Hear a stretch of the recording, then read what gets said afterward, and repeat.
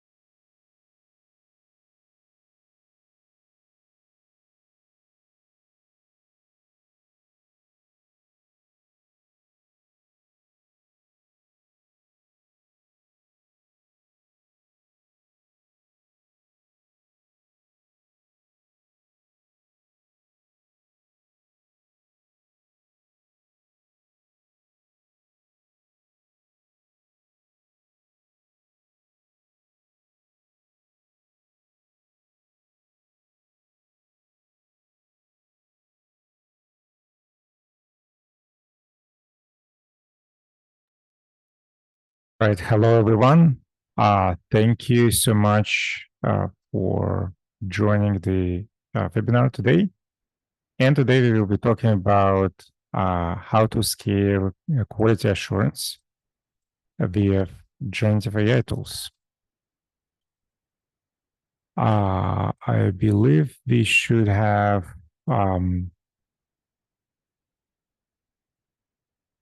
let me enable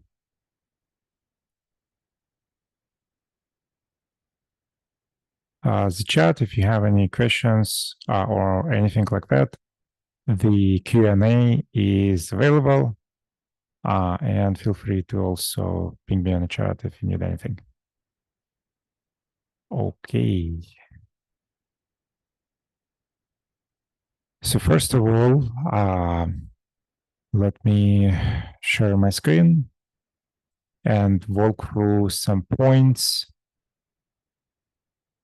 about TestRigor. TestRigor is an AI agent for software testing.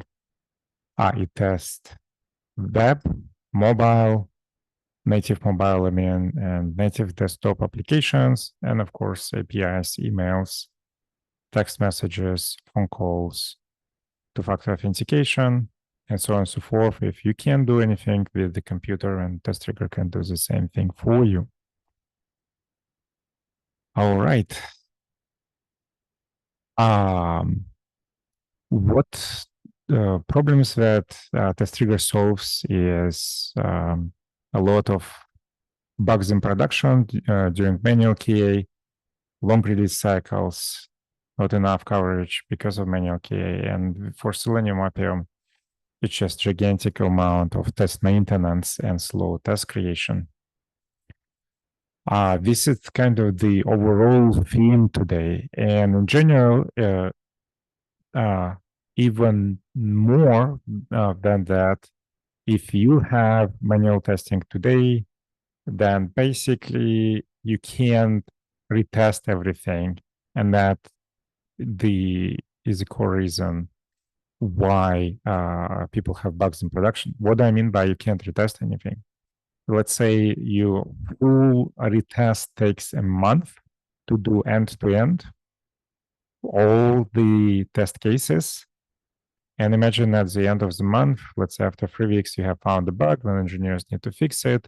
And usually people just validate that fix instead of rerunning the full end-to-end regression altogether. And because you must probably find multiple bugs, it's just technically you won't be able to deliver if you keep retesting everything over and over and over again. And therefore, like people just time box it, and that means that we don't retest everything, and this is how you end up with issues in production. You definitely don't want that. You do want to have automation. However, that's also not scalable today. If engineers using Selenium, Cypress, and Playwright usually cap out at around 300 test cases per person. This is the number of test cases they can maintain full time. So 300 test cases will become a full-time job for people to maintain, and this is what prevents people from being able to reach their automation goal and therefore scale quality assurance. So because basically people are capped out on QA automation engineering side on how many engineers we can hire, that basically limits them on what they can maintain in terms of test cases, and that's it. They just can't get to their automation goals. Why? Why is this the case?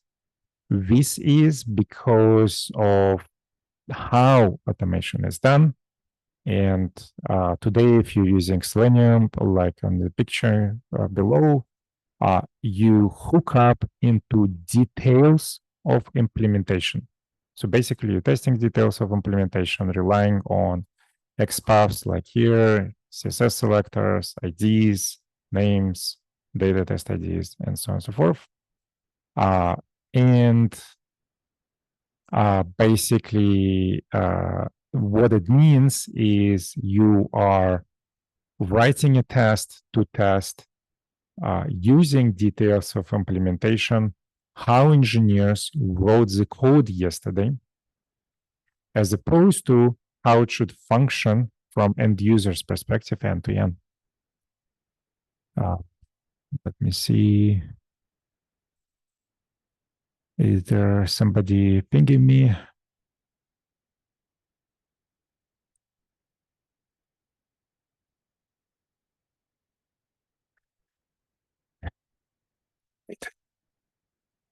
Um,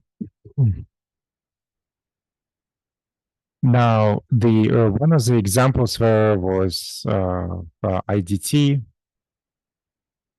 Well, when Keith joined IDT, they were testing 100% manually.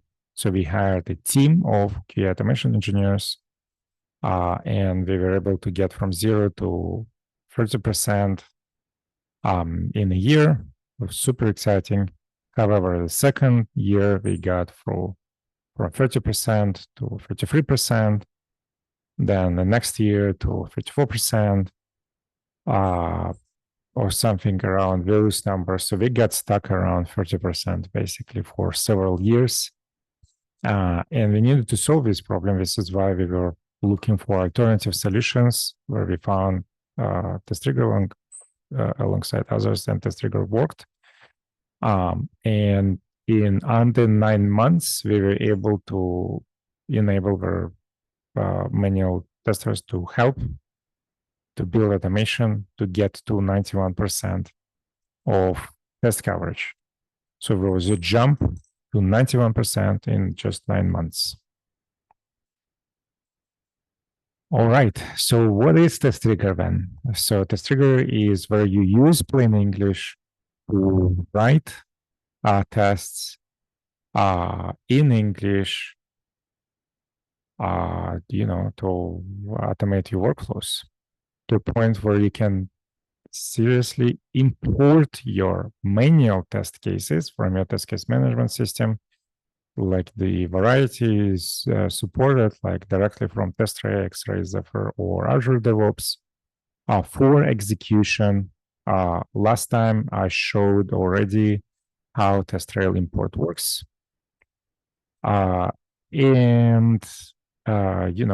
This is how you can very quickly get to very high percentage of test coverage. Of course, then you import your test cases. Most probably they're not going to work out of the box. You would need to clean them up, make sure they are clear enough, unambiguous, and so on and so forth in order to make it work. All right. And more importantly, and I'll show a quick demo that today is The process right now that everybody is using is flowed, and this is what prevents people from being able to reach their automation goals. The traditional process is when product managers write the specification, when engineers write the code, and then QA automation tries to catch up with all of that and build QA automation for the code that engineers have delivered in the whatever time is left in the sprint. As much as possible, or it could spill out to the next sprint for automation. But basically, would be the same idea. You can consider two sprints as one for all intents and purposes here. So what's the problem with this? Well, when QA automation build automation, they find discrepancies between what product managers most probably meant in their specification and how engineers understood it and coded the solution.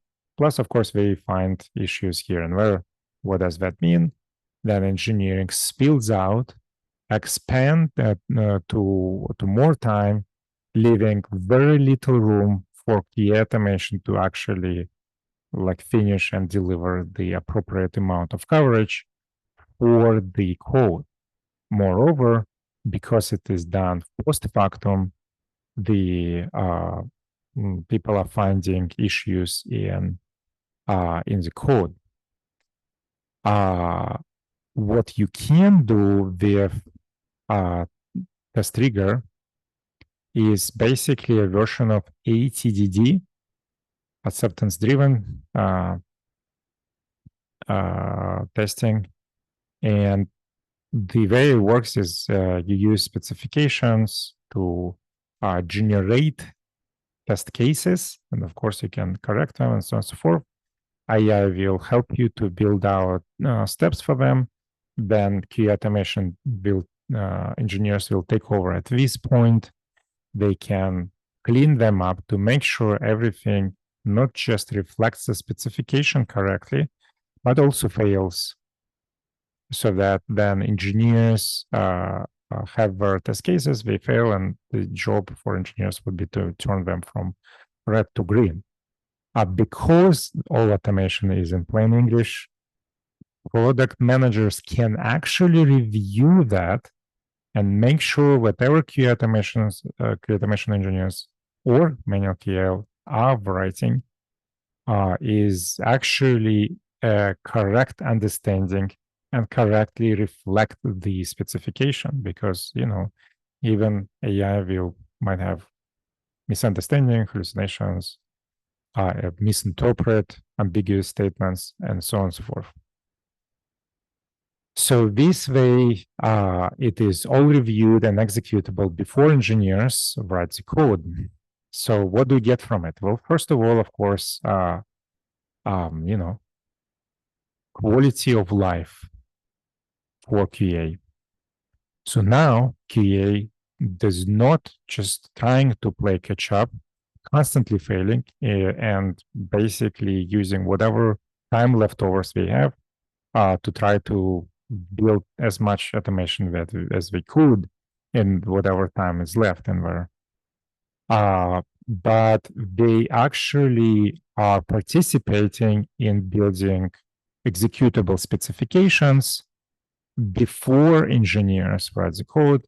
So engineers would be playing catch up, no other way around.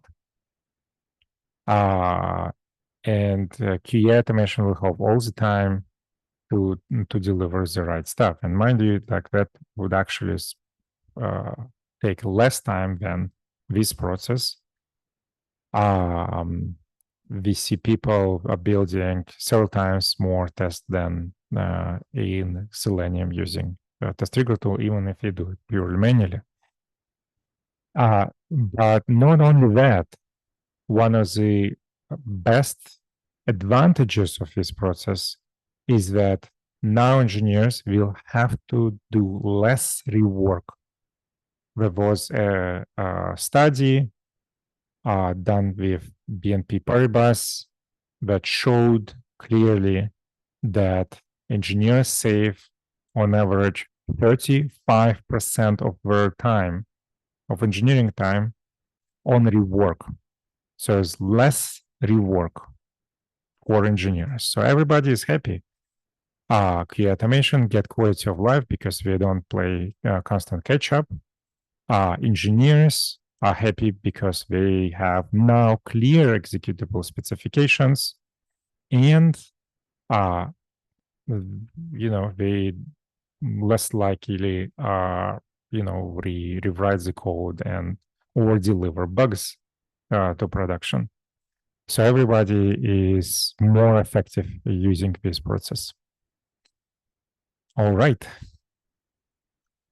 So without further ado, let's create a simple test suite. I'll show you how does it work. And then I will go into some topics and features that I did not show last time.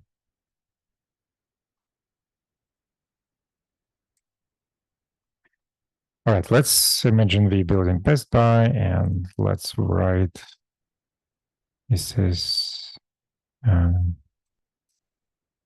Mer's website, selling electronics.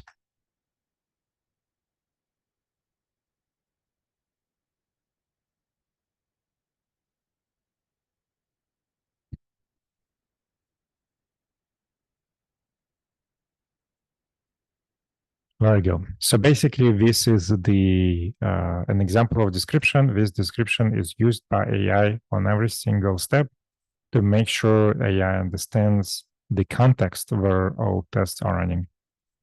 Let's create a test suite, and we are requesting it to build one test case for us.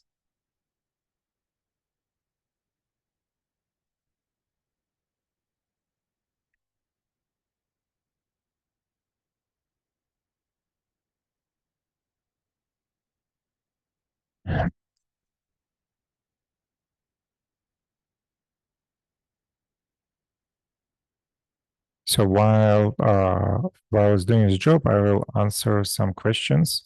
So first of all, yes, this session is recorded and will be shared. If new process not involving automation and testing, does it reduce the human resources as well? What will be key role, the role of QA tester after adopting TestRigor?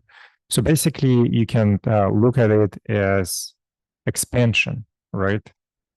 You can consider it as expanding your automation team by adding manual testers to be able to build automation, whereas our tool would enable them to build UI end-to-end tools, enabling the automation engineers focus more on API testing. This is what we usually see happening. So the goal is to achieve automation faster, significantly faster. All right, I guess it got staled or something. Give me 1 second.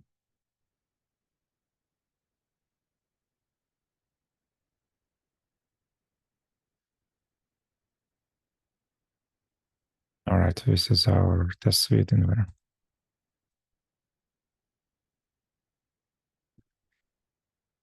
Okay.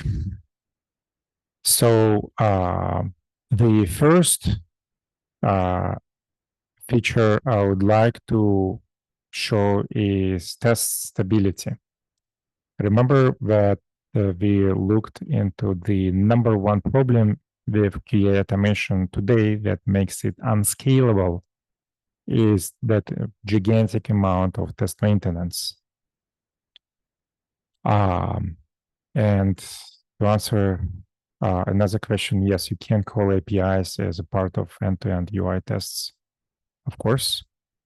And let's write a simple test finding Kindle.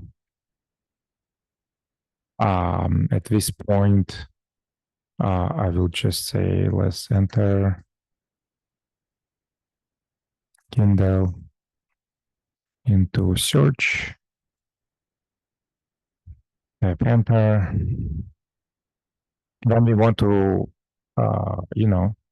make sure we pick a specific one. Let's say click Paperwhite. It's a type of Kindle. And then we need to make sure all of that work, right? You can't leave the test case without validation at the end. Check that page contains Kindle. Just make it simple. All right, let's kick it off. While it is executing, and the way it works is it will kick off the OS that we have selected. It will start the browser, in this case Chrome. Then it will open the URL when we specified, when we created the test suite. Then it will wait until page loads. Then it will take screenshot. Then it will upload that screenshot so you can see it. And only after that, it will start executing the steps. And of course, it waiting until page is finally loaded might take a little bit of time. Anyway, so this is what it's doing, entering Kindle into search and typing enter in there. So while it's working, let me see other questions. How does generative AI ensure data security and privacy during the QA process? All right, great question. How do we ensure security and privacy? You can deploy, LLMs that are used by the TestRigor all the way in the on-premise alongside with TestRigor. There are options available on Azure today for OpenAI even. Mind you, multitude of other LLMs in there. So you can basically tightly control your stuff. On top of it, we rely on Microsoft guarantees, the default one of the models we work with. We work with multiple. Out of the box is, of course, OpenAI's models, and we rely on Microsoft guarantees that they do not use customer data for any training, so the data will not spill out anywhere. So basically, you can think of it that the concept is similar to hosted databases. I'm sure a lot of organizations today use hosted environments, and in particular hosted databases, which could be at a minimum on some cloud environment. And it's exactly the same concept in there. All right.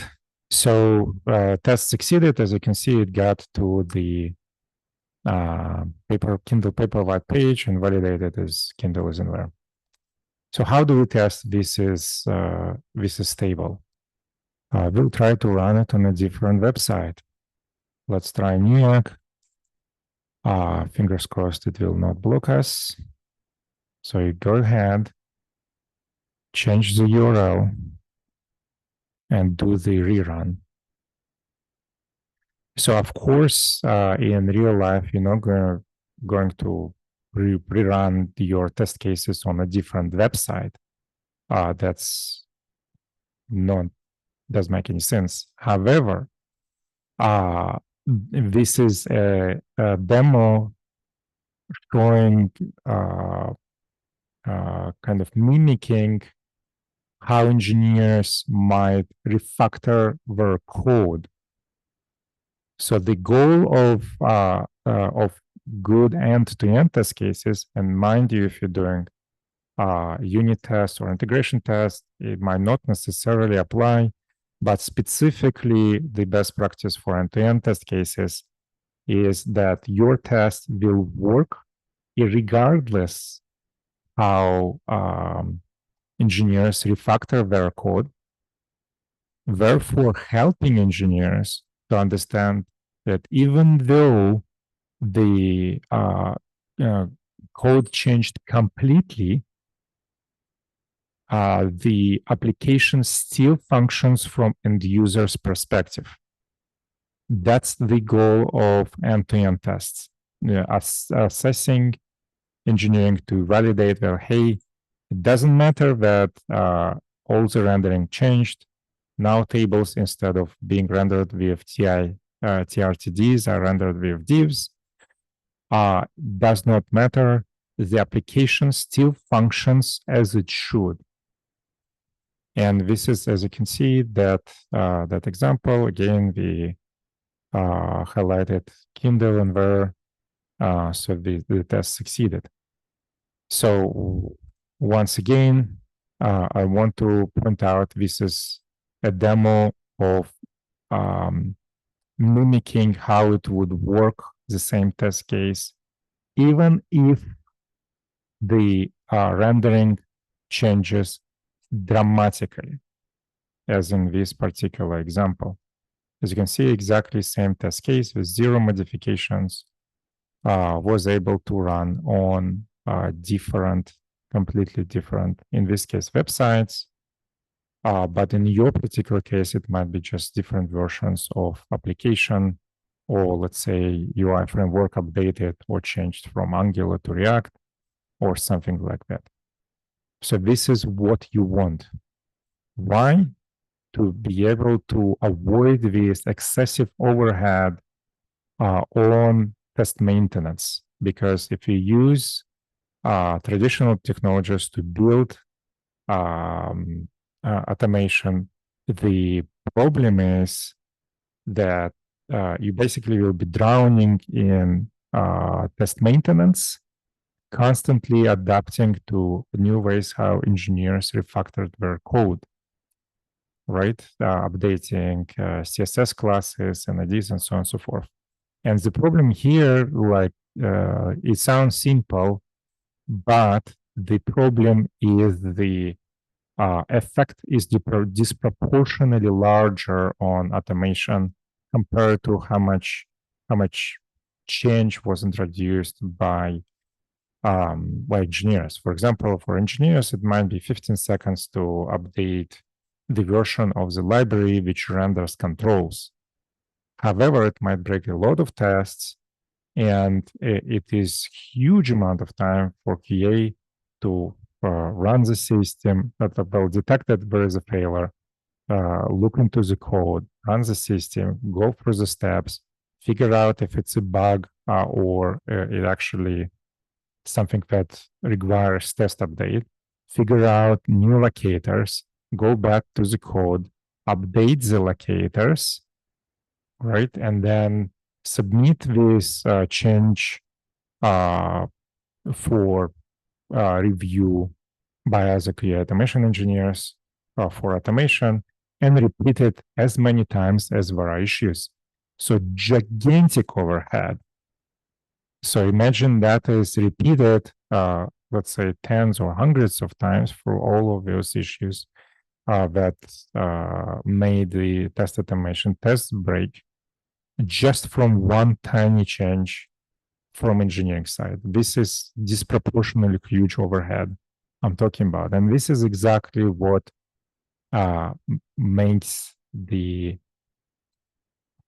traditional QA automation with Selenium, Cypress, and Playwright unscalable. All right, so this is to the point of test maintenance, and this is how you can scale QA. And as you have seen, that is basically all in plain English. Now, I want to show you next feature related to the process I described at the end of the presentation.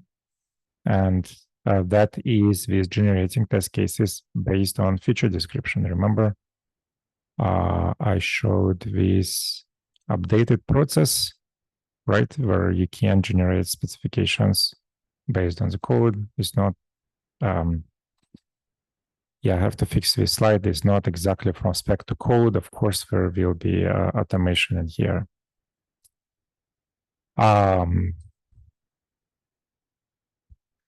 Let's say there is a feature description here, and you can, product manager says something like, as a user, I can find products like iPhone, for example.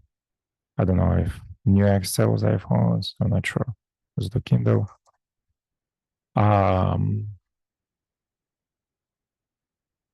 Using search bar at the top. All right, and you can upload wireframes alongside this specification, because this is what sometimes product managers do. And you can generate, in this case, let's make it 3 test cases. We generate in here. I'm seeing some of the questions while it's working. Can I do installer testing? Yes, it can.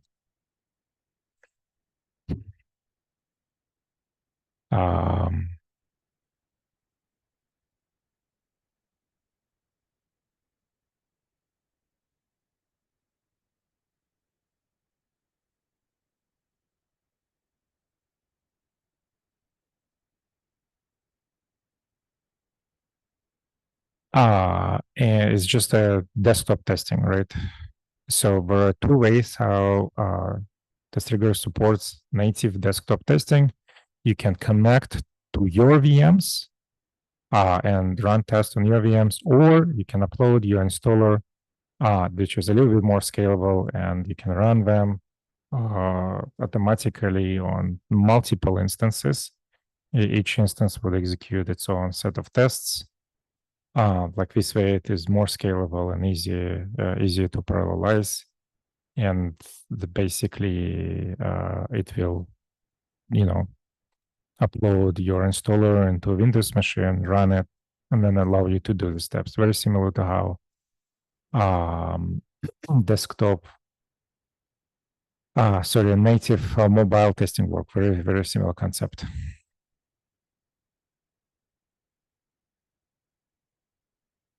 All right, so apologies about this hiccup here. It looks like OpenAI have a little bit of challenges today.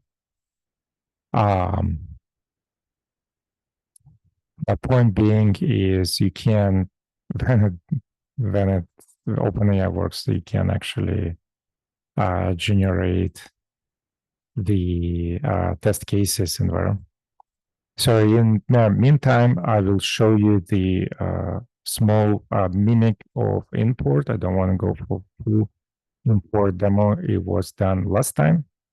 I'll show you the example of what you can copy paste from your manual test cases or import from any of those test case management systems you might have. And let's say test staging to cart. And you might have something like find and select a Kindle, add it to the shopping cart, and then proceed to the cart, and then check that page contains Kindle. There we go. So this is something with free-flowing text. We do add and run. Of course, TestRigor doesn't know what it is. It says, should we use AI? We'll say yes, please. And we'll let it run. And while it's doing it, let me answer the other questions.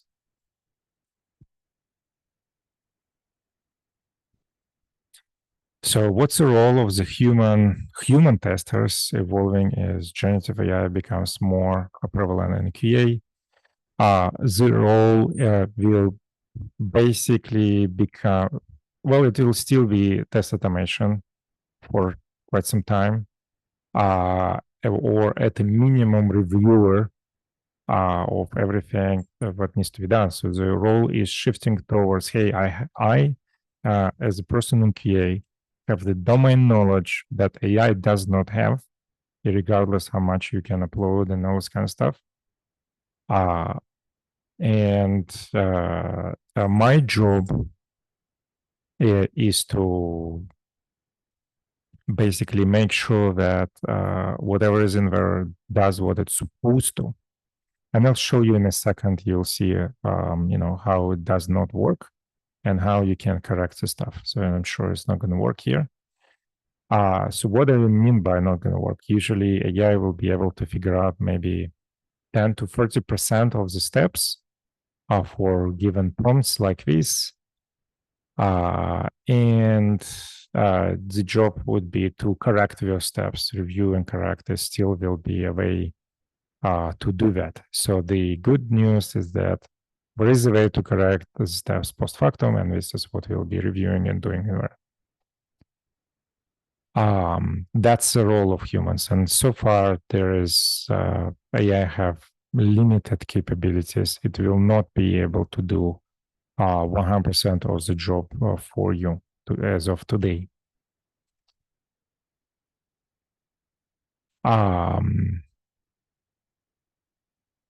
What's the major limitations of TestRigor? You need to consider TestRigor is not a unit test or integration test tool.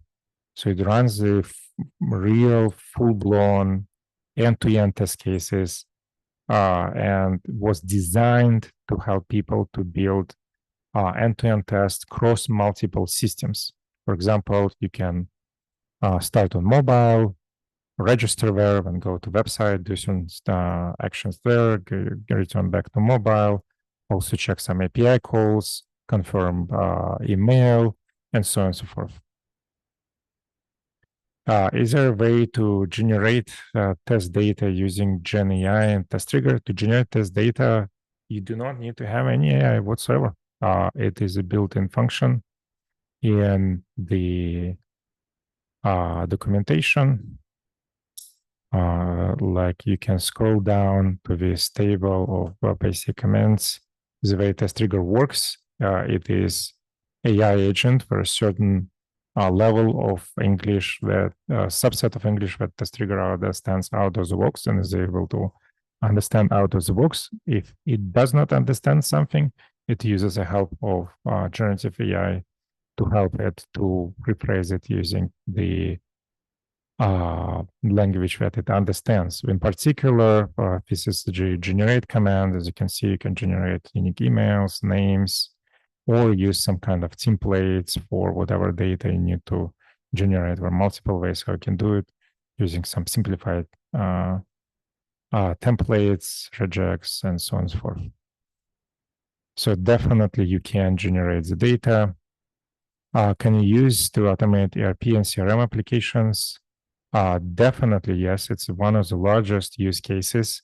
TestRigor works out of the box with Salesforce, ServiceNow, Workday, and everything else. And not only that, you can build test cases which spans all of those. That's related to web tools and for native desktop tools, and of course, like there's all Microsoft Dynamics CRM and all their ERPs in there. And of course, for native desktop applications, we do support specifically SAP and everything else that would run on the desktop. But most importantly, of course, SAP in there.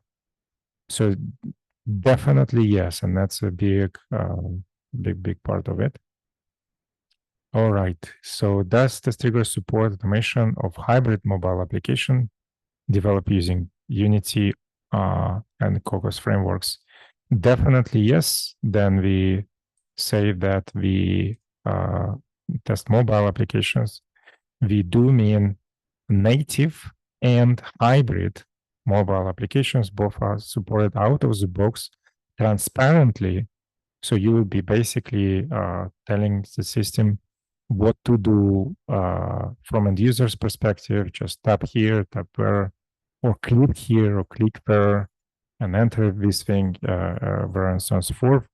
Absolutely ignoring what kind of context is in there. Some of it might be in a web context, some of it might be in a native context. From your perspective, you wouldn't care. So it will just work. Moreover, this is yet another way how you can save gigantic amount of time to basically write almost 3 times less test cases for your applications. How's that? You can build test cases, let's say, for your um, web, and then reuse those test cases for a concept in TestRigor called inheritance. You can inherit test cases and override certain parts of them. Of course, you can extract functions. You can override specific functions. And run the same test cases. We have overridden parts of those on Android and iOS native mobile applications. So mind you, of course, you can also do it for web on mobile. So that would make it 4 times less code. But what I'm talking about is native Android and native iOS applications will be able to use exactly same steps. Because remember, when you build tests in TestRigor, you just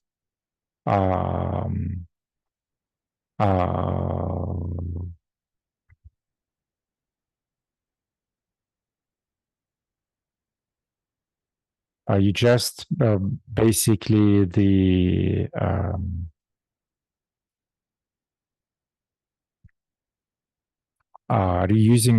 using high-level steps from a user's perspective. In no shape or form you should be mentioning any kind of details of implementation whatsoever. Like the enter Peter into first name should work across the board. Doesn't matter how exactly it is coded.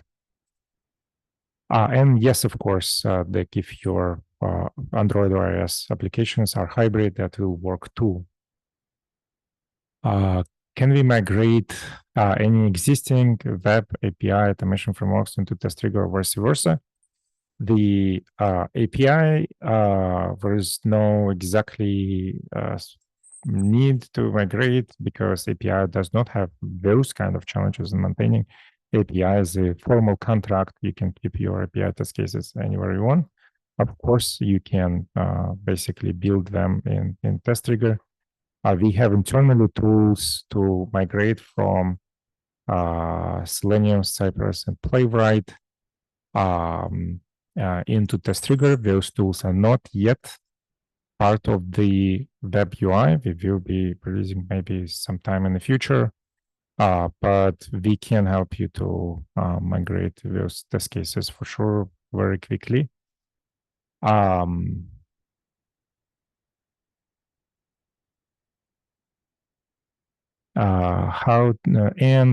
answer the versa part, right?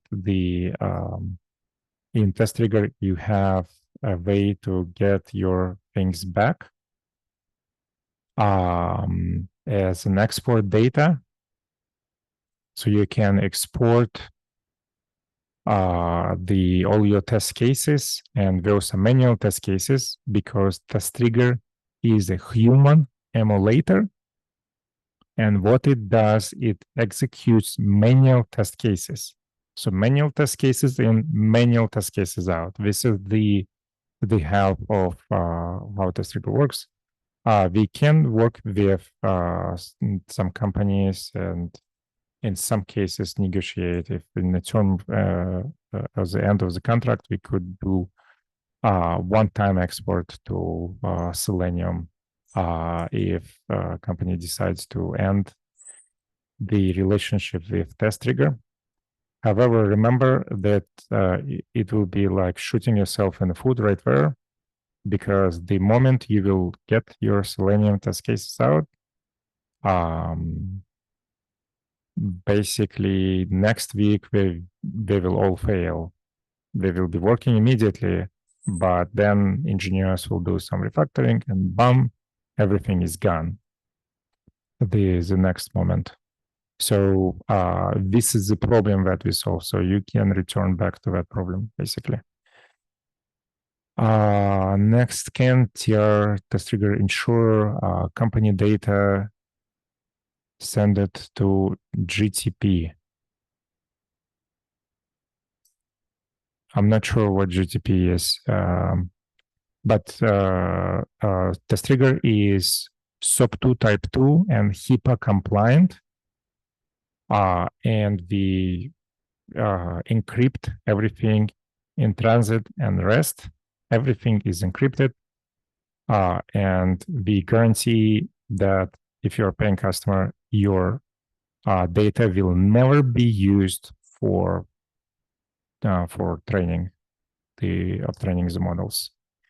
It's all environment contract by default, and it's in our terms and conditions on our website as well. And of course, if you are very much concerned still, you can deploy everything on premise, although it's more expensive option, of course. Does TestRigor support CI/CD? Yes, of course it does. We have all of those APIs, and we have pre-populated scripts in Bash for traditional technologies like Jenkins and GitHub Actions and Circle CI and so on and so forth, where you can copy paste with all tokens and IDs already substituted. For Microsoft technologies, we have same exact thing as a PowerShell. So it is very easy to, in this case, to add the step in your Azure DevOps pipeline or Jenkins in this case. So definitely, yes, the TestRigor had been built for CI/CD for sure. How to trigger it automatically at specified time daily? Well, of course, you can rely on your Jenkins or anything like that to achieve that, or you can use built-in function, we call it monitoring, and you can say, hey, I want to run every 24 hours at that time and trigger the whole test suite at a certain amount of time. What ethical considerations should be kept in mind while using AI in QA? I believe you should be all right. As I mentioned, we do not use customer data, neither does Microsoft, to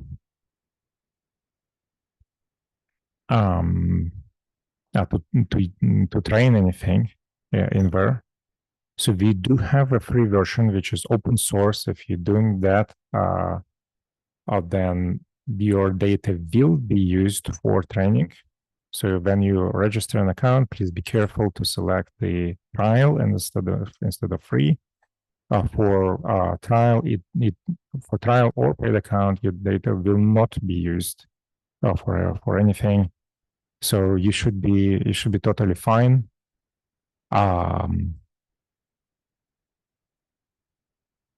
Is it possible to trigger it when devs do merge with DevOps master branch?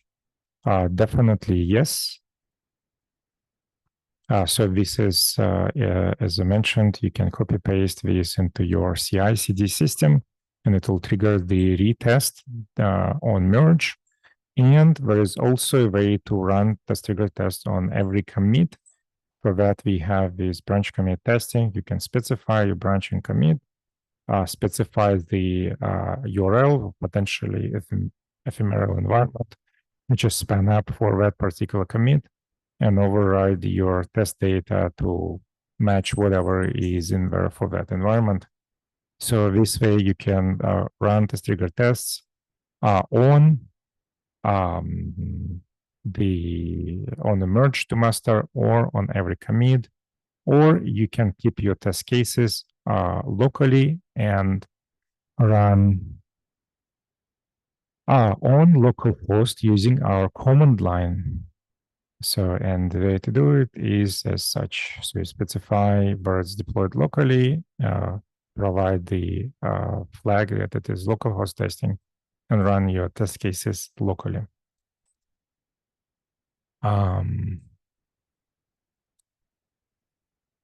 Is it possible to rerun the same test cases as a part of regression? Definitely yes. This is how you should do that for sure.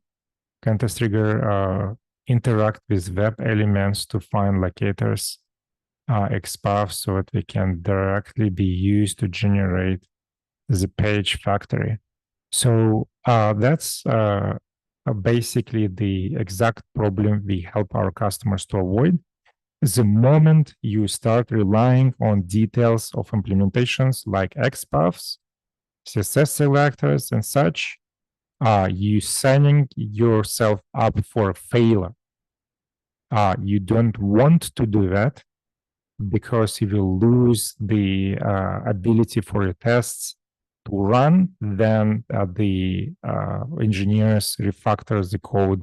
So this is definitely gigantic no-no, and this is exactly the problem we help our customers to solve.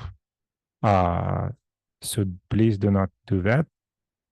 Can this tool identify elements if it does not contain locators? For example, within the Pixie.js or no locators of elements, an editor for such edge cases and editor HTML, AI integrated applications, and features. Yes, and this is exactly what TestRigor helps with. It doesn't matter if there are any locators whatsoever. The elements can be in iframes and shadow DOMs, and in iframes and shadow DOMs and iframes and shadow DOMs, nested as many times as you'd like. And TestRigor will still work transparently with those, and you can refer to those the same way as you do as a human, like using whatever looks like a label. It does not have to be a label, or placeholders, or relative locations. For example, you can say enter Kindle into the input to the right of menu, and it will do that for you. So there's multiple ways how to refer to elements. Definitely does not has to have locators there for sure. So one team is using Cypress and have written over 3,000 test cases. Can we transfer them to TestRigor? The answer is yes, with our internal import. So please go ahead and go to testrigor.com and click request a demo. You can request a demo, and as part of the description, please describe your situation and say, hey, I would like to discuss converting my test cases into TestRigor, and we will use our tool to convert it for you. Eventually, we will have this tool available in the UI.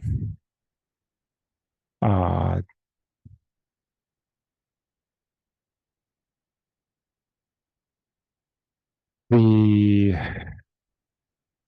next question is this open source tool, can it hands or without any strict restriction? TestRigor is basically on its own is free tool. It mimics your experience of working with open source because we only charge for infrastructure to run your test cases. This is exactly the same way as what you would get from an open source tool. TestRigor currently is not open source because we use AI and our proprietary AI models as well as other technology. However, it does not matter because in majority of the cases, people would be using us for the UI anyway. And I'm 100% sure you have never contributed code to Selenium or Cypress yourself. So usually like engineers from appropriate companies are writing that code anyway. So this is not open source, but you get the exact same experience from your perspective. Plus, it's actually a little bit better because you have support. Will TestRigor help to find locators on the web page? Oh, yes, definitely. So there are multiple ways how you can do that. So we have if you go to resources, there is the Chrome extension, which is kind of like a recorder where you can detect that stuff. There is also live mode in here, which also works for mobile. So you can interact with the application and see how TestRigor will calculate the location for you. However, I'm sure you'll be able to do a better job. Usually you would basically be correcting those anyway. So usually the best way to refer to elements is the same way you would do in your manual test case.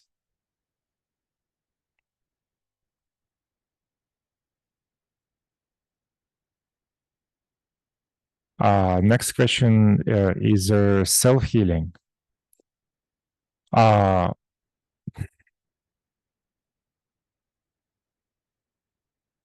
There are two things how self-healing could work, right? Or two levels. So one level is the locators, right? So, hey, my locators has changed. I need to fix it. And another level is functionality changes.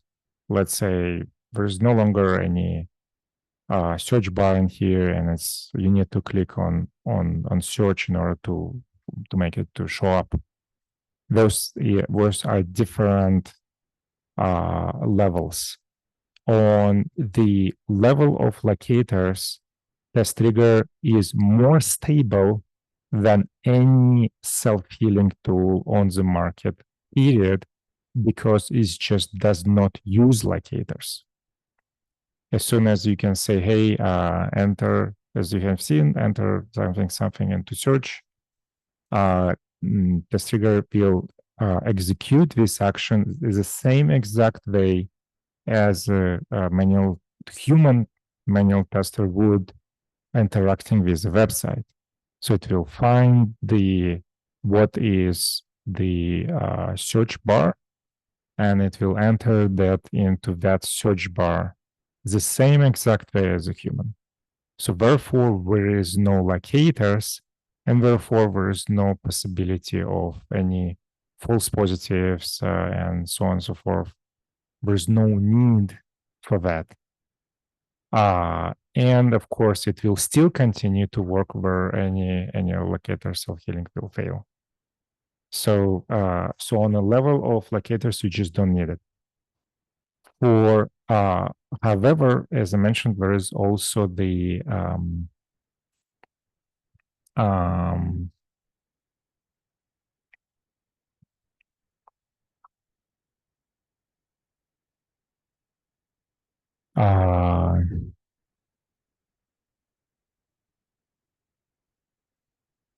we need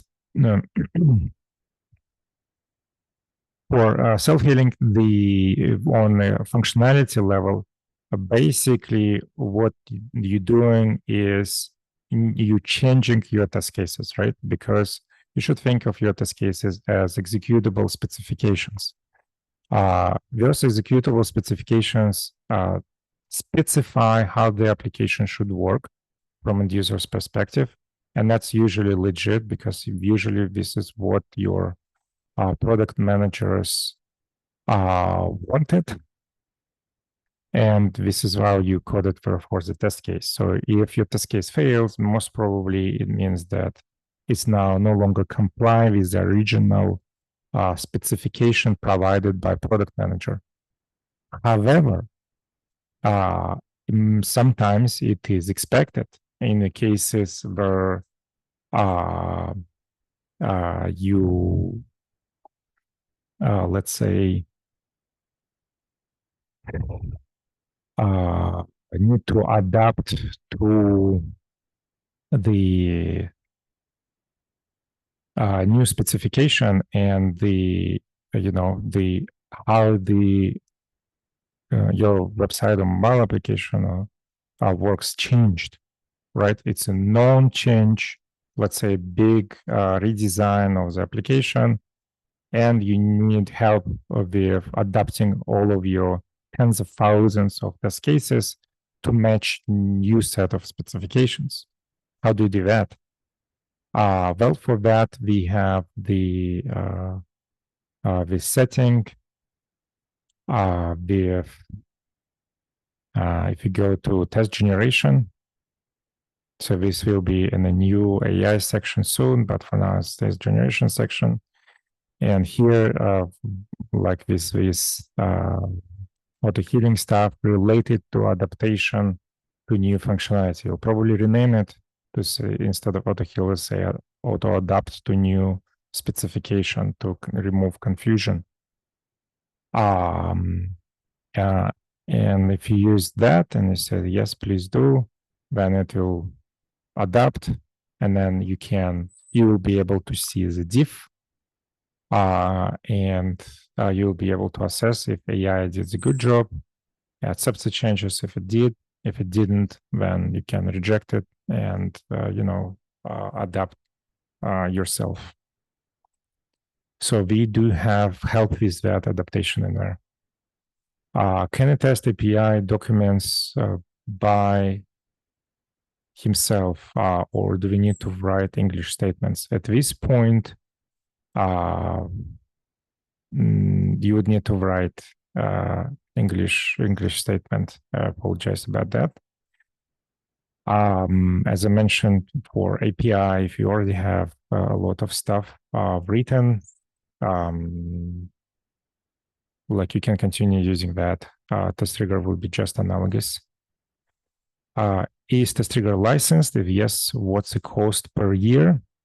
In TestRigor, we charge for infrastructure to execute the tests. So your price will depend on what kind of infrastructure do you need. Do you need Macs, Windows, iOS, Android, and so on and so forth. So please go ahead and request a demo. Please write up your question in there so people will get prepared and will be able to assess your specific situation and tell you that. What I can, so it varies dramatically, trust me.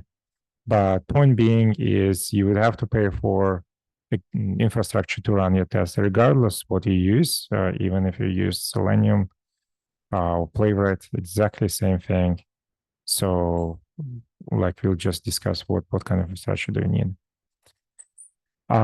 Will it report bug automatically to Jira? No. So let's mimic. Looks like we have some challenges with the OpenAI right now here. Test something. So let's say we try to click on something that doesn't exist. Let's run that. And I'll show you how does it work. But basically, the short answer is you'll be able to see unique issues that spans potentially multiple test cases. TestRigor will automatically group it for you, and there will be a button with one click to create a Jira ticket. But because TestRigor doesn't know if you need to adapt to new functionalities, so that's expected change, or if it's actually a bug, TestRigor will not automatically create Jira tickets for you. Otherwise, we might, accidentally flood your Jira with something you don't care about. Does it record specific test failure? But definitely yes, of course. So I'll show you in a second how errors look like. As TR OCR based, how it handle pixel changes. Can test be passing one system successfully, another system different pixel size? There is a way to use OCR and TestRigor is one of the features. However, TestRigor is not just OCR based, it's LLM based. So all your changes in new fonts, different system, how does it look, and so on and so forth, definitely do not matter. And a good example of this is exactly the test that I showed here, right? When we ran exact same test on Best Buy, and then exactly same test case on Newegg. As you can see, there's literally zero resemblance other than functionality from end user's perspective between how these systems look.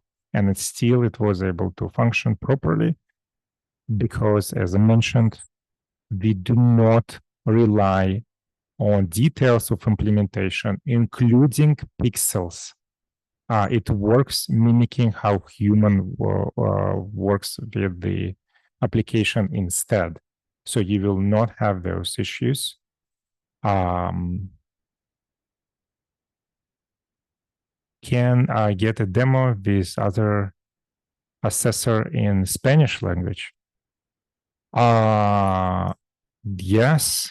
Yes, please, when you request a demo, please write that request that you want to set a demo in Spanish. And we do have people who speak Spanish. In fact, we have large portion of the team in South America. They both mostly speak Spanish or Portuguese.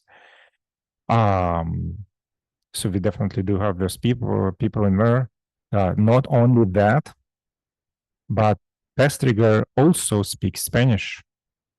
There is a version of commands that you can write in Spanish, and you can write requests in Spanish. It will work with Spanish websites, and when you selected Spanish as your language of choice, AI even can interact and generate commands in Spanish. So Spanish has first-class support in TestRigor alongside of English. But definitely we have people who can talk to you in Spanish describing the system. How reliable are generative AI models in identifying and fixing bugs compared to human testers?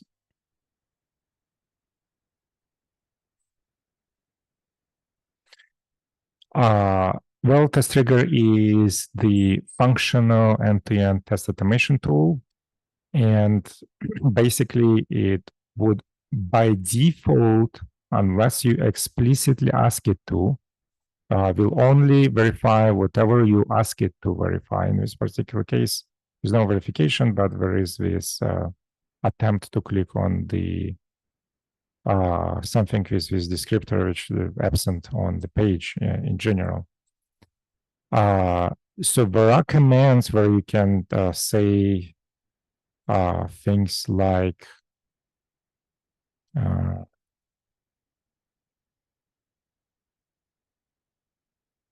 where is it? Yeah, so you can say check page for UI errors, and this way you explicitly instructing AI to look into your page and assess if there are any obvious issues with rendering or text overlap or things like that.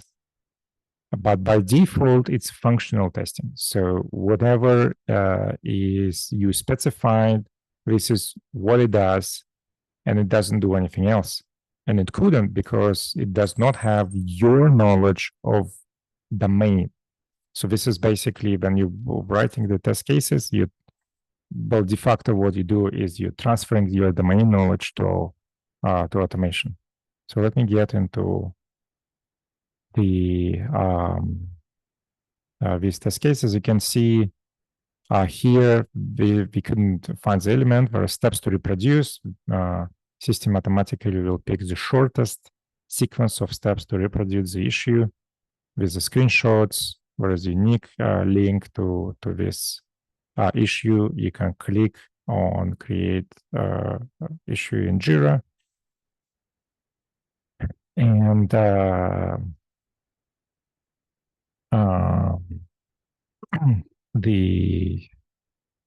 it will create the issue for you. I do not have currently Jira account set up, so I can show it for you, but it's just as simple as just click and that's it. The good thing is because TestRigor is plain English, it can basically add steps to reproduce to that Jira ticket when you create it. Or you can, of course, fix the test cases. And as I mentioned, it will group test cases, group the issues, and it'll figure out, hey, this is one issue, but let's say it's affecting 500 test cases. Because what you care about is unique issues. You do not care about how many test cases failed because it's irrelevant. What's relevant is how many issues are there. So in this case, the TestRigor does not replace human manual testers, right? It helps with the automation. That's basically main use case. Does TestRigor uses OpenAI, competition, APIs? But we use multiple models, including our proprietary ones. In particular, we do use OpenAI models. If you have partnership with something else and want to use something else, be happy to use something else instead of OpenAI. Results may vary depending on which model you'll choose. Is contract testing possible? Not contract testing is not an API testing.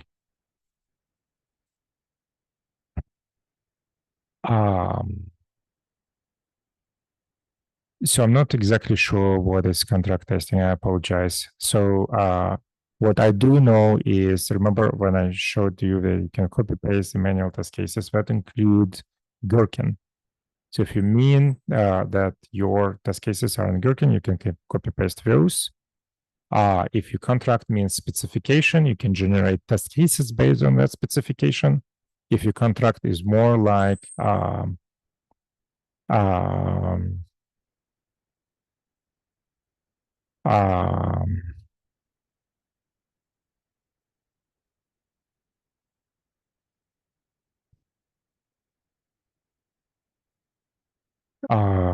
it's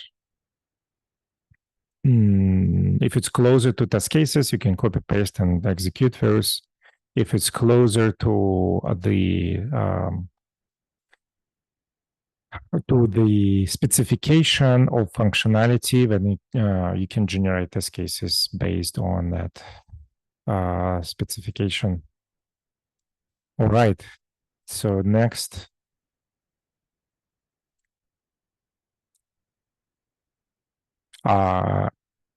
There is a way to take, is there a way to take hands on this tool? Yeah, definitely. You can try. You can go ahead and go to sign up on Topware, and you can get yourself the free trial. So you can keep all your stuff for free. Private. Keep all your stuff private and play with it for 14 days. Do you support API testing? If yes, can TestRigor be used to test ML models? Yes and yes. You can do API testing. It's out of the box in the documentation. There's a section related to API testing as such. You can also, by the way, do mockup some of your calls and do this kind of stuff. And you can deal with AI and unpredictable responses by basically using feature called using AI. So you can validate statements using AI about your output. So you can get the output and validate statements using AI. So you can do that. So let me pull up an example. So this is an example. This is you can use to validate your AI features, or you can use it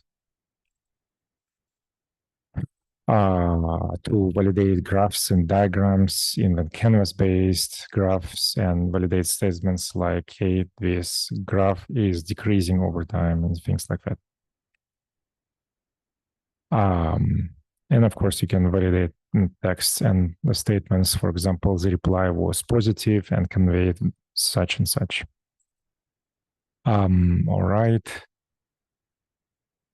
If you want to use TestRigor to generate tests, which would need no infrastructure with that cost, there is no such thing. So the TestRigor requires infrastructure to run the tests, right? So there is always an infrastructure to execute the tests. Can you send me this video recorded? Yes, we will share the recorded video after the fact. Is it possible to convert Cucumber test cases to TestRigor? Yes, you can literally copy paste or import your test cases once you set up integration with tools like TestRail, X-Ray, Zephyr, Azure DevOps. There will be a button here saying import my test cases, or you can copy paste them in Gherkin format. TestRigor will work with your test cases in your Gherkin format. And it will build some steps for you, which you would need to then review and correct. Remember, you should expect around probably 30% of steps identified correctly.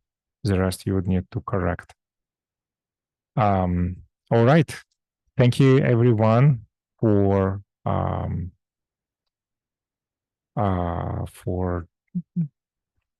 attending this webinar today. And I'll see you next time. Bye-bye.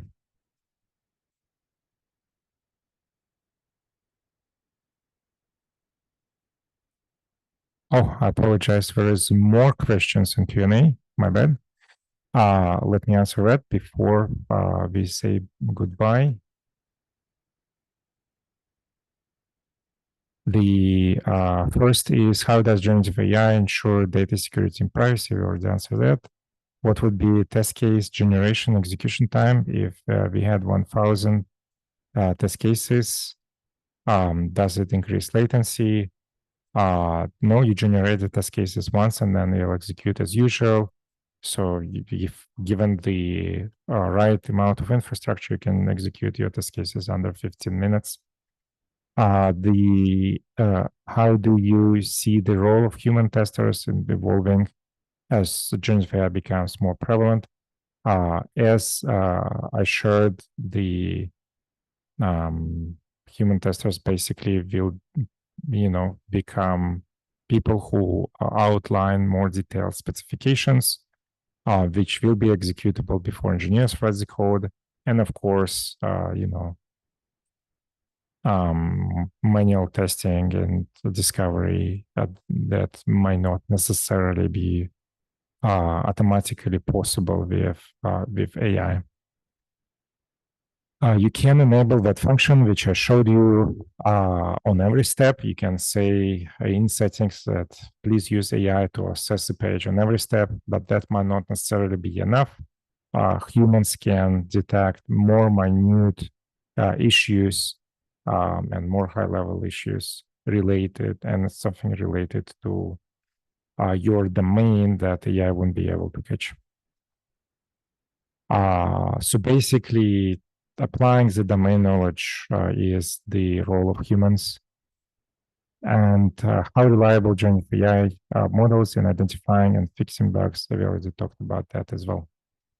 All right. Thank you so much again, and hope to see you soon. And if you'd like to ask any more questions, I will be happy to do that for you. Just go ahead and request a demo. This is what it is for. You talk to people which will be able to answer your specific questions.